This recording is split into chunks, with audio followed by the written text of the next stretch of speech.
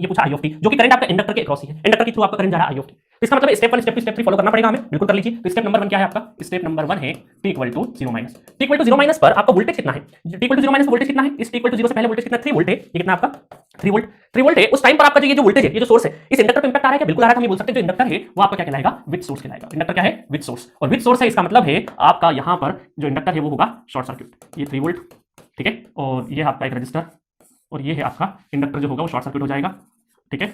और ये है आपका 1 ओम, 1 ओम और 1 ओम।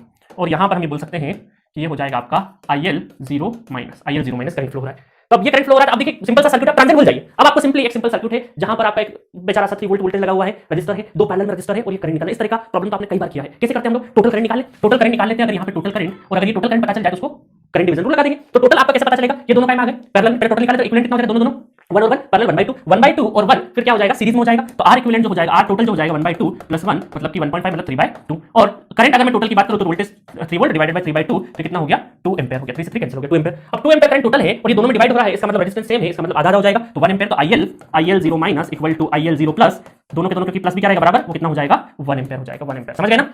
1 एम्पीयर। तो विद सोर्स लगाया हमने, इंडक्टर को शॉर्ट किया, इसके अक्रॉस जो करंट फ्लो हो रहा है वो हो रहा है 1 एम्पीयर। अब IL 0 प्लस पे भी 1 एम्पीयर फ्लो हो रहा है। अब क्या हमें स्टेप नंबर 2 की जरूरत है? नहीं, क्योंकि हमें सिर्फ और सिर्फ इंडक्टर के थ्रू करंट पूछा है और उसमें हमें 0 प्लस मिल चुका है। बाकी अगर तो पूछा जाता हम करते। अब डायरेक्टली हम लोग स्टेप नंबर 3 लिख देते, क्योंकि स्टेप नंबर 3 इनफाइनाइट वाला चाहिएगा हमें। तो step number 3 t equal to infinite, t equal to infinite का मतलब है, देखिएगा इनफाइनाइट का मतलब है 6 volt, infinite equal to infinite जाएगा तो 6 वोल्ट आ रहा है। तो वोल्टेज आपका 6 वोल्ट यहां लगा, तो इंडक्टर कैसा फील कर रहा है? With source without source? With source. तो हम बोल सकते हैं इंडक्टर यहां पे क्या है? विद सोर्स है। और विद सोर्स होगा तो इसका मतलब है इंडक्टर क्या होगा आपका? शॉर्ट होगा। इंडक्टर क्या हो जाएगा? शॉर्ट हो जाएगा। और इंडक्टर शॉर्ट हो गया तो सिर्फ और सिर्फ है ना, वापस सर्किट बना लेते हैं बस। वोल्टेज चेंज होगा, वोल्टेज इस बार क्या रहेगा? 6, ठीक है। और ये हमारा पूरा एज इट इज रहेगा, बस यहां पर ये हो गया हमारा IL ऑफ इनफाइनाइट, है ना, कुछ भी चेंज नहीं होगा, बस वोल्टेज की जगह 6 लग जाएगा। तो I टोटल करंट कितना आ जाएगा? 6 डिवाइडेड बाय 3/2, तो ये हो जाएगा आपका 3 3 6 4 4 है ना, 4 हो जाएगा, 6 12 312, ठीक है। और ये 4 एम्पीयर करंट दोनों में डिवाइड हो जाएगा, तो IL ऑफ इनफाइनाइट कितना हो जाएगा? 2 एम्पीयर, ठीक है। तो ये हो गया हमारा 0 प्लस पे इनफाइनाइट पे। सिंपली अब हमें क्या करना है? जनरलाइज एक्सप्रेशन लिखना है। जनरलाइज एक्सप्रेशन हमारी IL of t equal to infinite कितना है? 2 plus 1 minus 2 e to the power minus t by tau, है ना। अब निकालना है tau, the value of current at 1 second पूछा है, पहले जनरलाइज लिख देते हैं। तो टाउ कितना हो जाएगा? देखिए इसको हटा दिया हम लोगों ने यहां से, है ना, यहां से हम लोग हटा दिए, इंडक्टर को हटा दो। इंडक्टर को हटाने के बाद यहां से आपको देखना R इक्विवेलेंट, ये क्या हो जाएगा? वोल्टेज सोर्स शॉर्ट हो जाएगा। शॉर्ट हो जाएगा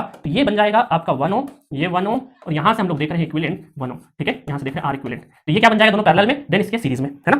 देन क्या हो जाएगा? सीरीज में, क्योंकि यहां पर ये दोनों पैरेलल में, देन इधर से आपका सीरीज में। तो 1 और 1 पैरेलल कितना हो गया? ये हो जाएगा R इक्विवेलेंट 1/2 1/2 1, R इक्विवेलेंट कितना हो गया? 3/2 इसका मतलब 1.5, ठीक है। और ये हो गया R इक्विवेलेंट। और टाइम कांस्टेंट कितना हो जाएगा? टाइम कांस्टेंट हो जाएगा L/R इक्विवेलेंट। तो L कितना है? 1.5, R 1.5, तो हो गया 1। टाइम कांस्टेंट कितना हो गया? 1। अब आपसे सिंपली पूछा है कि करंट 1 सेकंड पे कितना होगा? तो 2 plus minus 1 e to the power minus 1, ठीक है। इसको सॉल्व कर लेंगे तो 2 minus e to the power minus 1, तो ये आ जाएगा 1.632 ampere is the answer. Current at 1 second. मजा आया?